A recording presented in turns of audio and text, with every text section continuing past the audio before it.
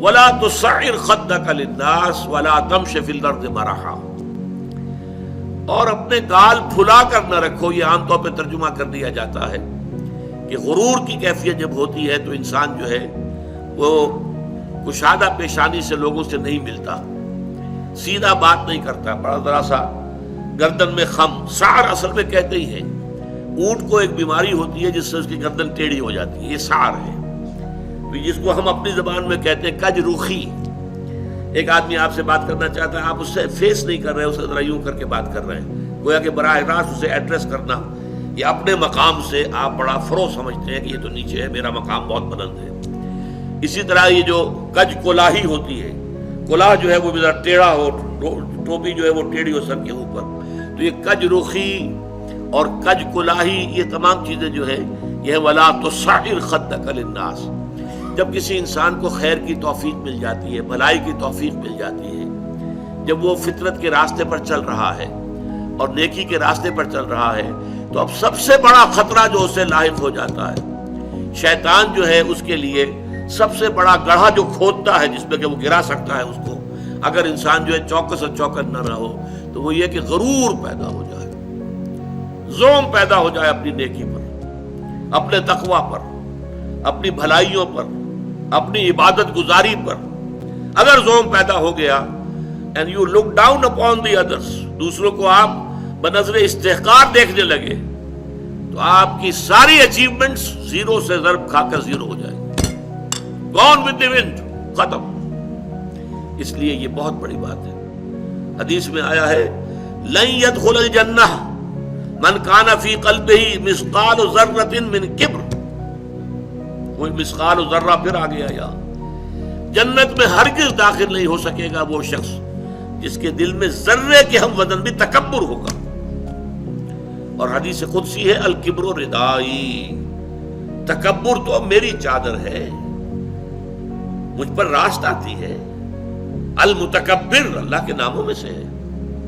هو اللہ الذی لا الہ الا هو الملک القدوس السلام المومن المہیمن العزیز الجبار المتکبر. وہ المتکبر ہے، المتعال ہے، بہت بلند ہونے والا اور بہت تکبر کرنے والا، لیکن بندے کے لیے نہیں. بندے کے دل میں اگر تکبر آ گیا تو اس کی ساری نیکی، سارا تقویٰ زائل ہو جائے گا. ولا تصعر خدک للناس، تواضع ہونی چاہیے. شیخ سعدی نے بڑی خوبصورت اس کے لیے مثال دی ہے. درخت ہے، آم کا درخت ہے، امرود کا درخت ہے، انار کا ہے، سنترے کا ہے. جب اس پر پھل آتا ہے تو شاخیں جھک جاتی ہیں. اسی طرح انسان کو اگر اللہ تعالیٰ خیر عطا کر دے، اچھے ثمرات اس کی سیرت میں، اس کے کردار میں، اس کی شخصیت میں، علم کے اعتبار سے، کردار کے اعتبار سے بھلائیاں آ جائیں، پھل آ گیا ہے، تو اب اس کو جھک جانا چاہیے، تواضع ہونا چاہیے. اس کے بجائے اگر تکبر ہو گیا، گردن اکڑ گئی، تو معلوم ہوا کہ بس سارا اپنا کیا دھرا جو ہے وہ ضائع ہو جائے گا.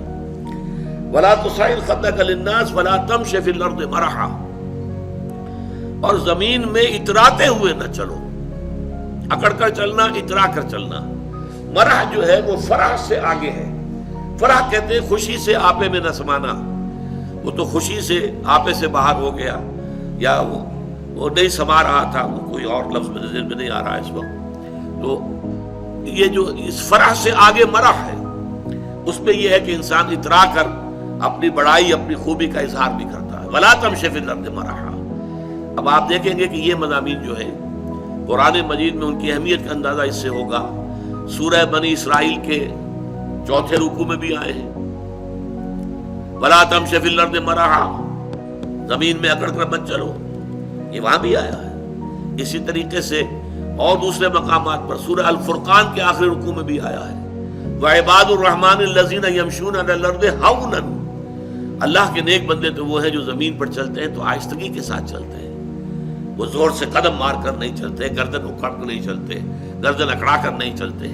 اور گردن بھی اکڑی ہوئی ہو اور سر کے اوپر ایک جو ہے صافہ، اس کا ترا بھی جو ہے وہ بڑا اونچا کر لیا گیا، اور اس سے کیا ہوتا ہے؟ انک لن تخرق الارض ولن تبلغ الجبال طولا.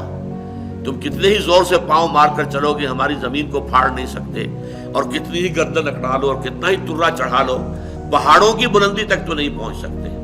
تو یہ در حقیقت مضمون بہت اہم ہے، متعدد مقامات پر آیا ہے، اور سورۃ الفرقان کا جو آخری رکوع ہے وہ تو ہمارے منتخب نصاب میں ہے اور وہ تفصیل سے ہم پڑھیں گے. تو ولا تصعر خدك للناس ولا تمش في الارض مرحا ان اللہ لا يحب كل مختال فخور. یقیناً اللہ تعالیٰ کو بالکل پسند نہیں ہے جو اکڑ کر چلنے والے ہیں اور شیخی خورے ہیں. مختال کا لفظ بڑا پیارا ہے، یہ خیل سے بنا ہے. خیل جو ہے اعلیٰ نسل کا گھوڑا، بہت اونچی جس کی پیڈگری ہو، اگر آپ اس کی چال دیکھیں گے اس کی چال میں ایک تمکنت ہوتی ہے. جب انسان اپنی چال میں یہی تمکنت اختیار کرتا ہے تو یہ اختیال ہے، گویا کہ خیل کا سا انداز اختیار کرنا اپنے چلنے میں. خیل سے باب افتعال بنا اختیال. تو اللہ تعالیٰ کو بالکل پسند نہیں ہے. کل مختال فخور، فخر کرنے والے. اپنی نیکیوں پر، اپنی دولت پر بھی فخر ہوتا ہے، لیکن اپنی نیکی پر بھی ہوتا ہے، اپنے علم پر بھی ہوتا ہے، اللہ بچائے. اپنی عبادت پر بھی ہوتا ہے، اللہ تعالیٰ اس سے اپنے حفظ و امان میں رکھے. ان اللہ لا يحب كل مختال فخور.